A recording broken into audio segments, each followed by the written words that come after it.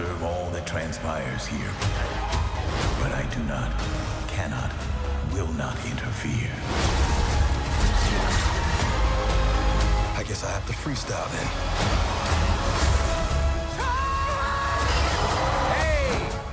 then. So we first see the Watchers in Guardians of the Galaxy Part 2. And just recently, in the events of Loki, we learned about the importance of the sacred timeline. It's about to explode into multiversal war, as you do, following the death of He Who Remains. And so I'd like to know if Watchers observe events both in What If and Guardians of the Galaxy Volume 2, does that make the events of What If canon? And a couple more after that, but let's start with that one.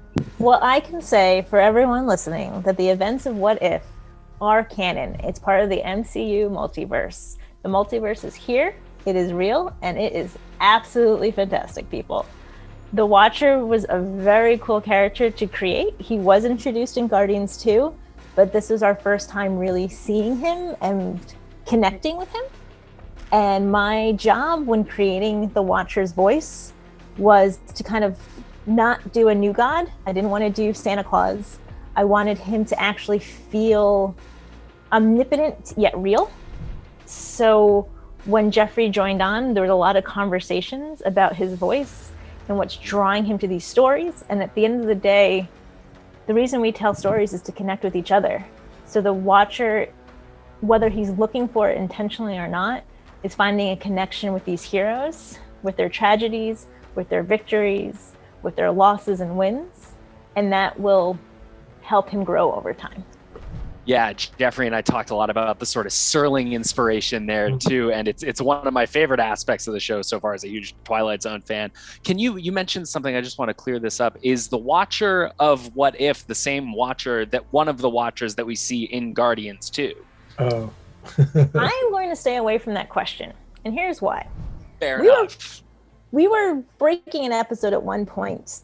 Brian, you might remember this day, and I spent like 3 days breaking a particular episode, walked Brad Winderbaum through all my hard work, only to find out I accidentally pitched the back half of Guardians 3.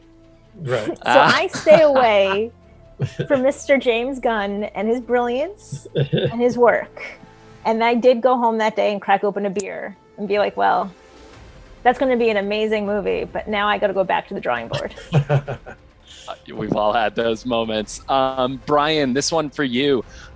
Very bittersweetly, this is going to be obviously the last time that we hear Chadwick Boseman play T'Challa. But man, what we've got so far in episode 3 is such a celebration of him. Even in an alternate universe, he's still the coolest guy around. Oh, yeah. Can you talk about what recording that episode was like and whether or not Chadwick had any notes on his take on Star-Lord? Well, I mean, Chadwick, if I remember correctly, may have been one of the earliest voice actors that kind of like got back to us and was just like, yeah, man. And we were like, really? We were so excited. It's like, Chadwick's into this. This is amazing.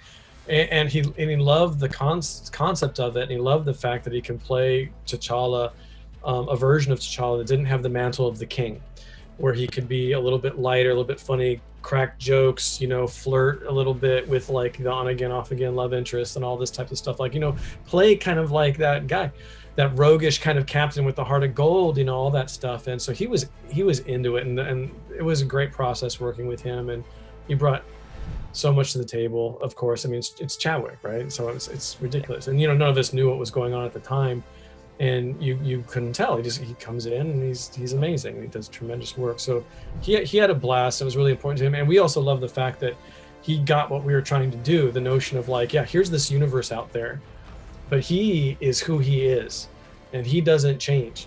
It's the universe changes around him. There's notion of like, if there was a sea of darkness, he is like this light that just drops in, and that light just goes, and it just shines so brightly and starts bringing light to every corner of the universe. So we get to see how that simple thing now affects everything else. And he loved that. We loved that. It was great. It was great. I wish we had him around still. It's amazing. I said never flies solo. Is that some kind of catchphrase?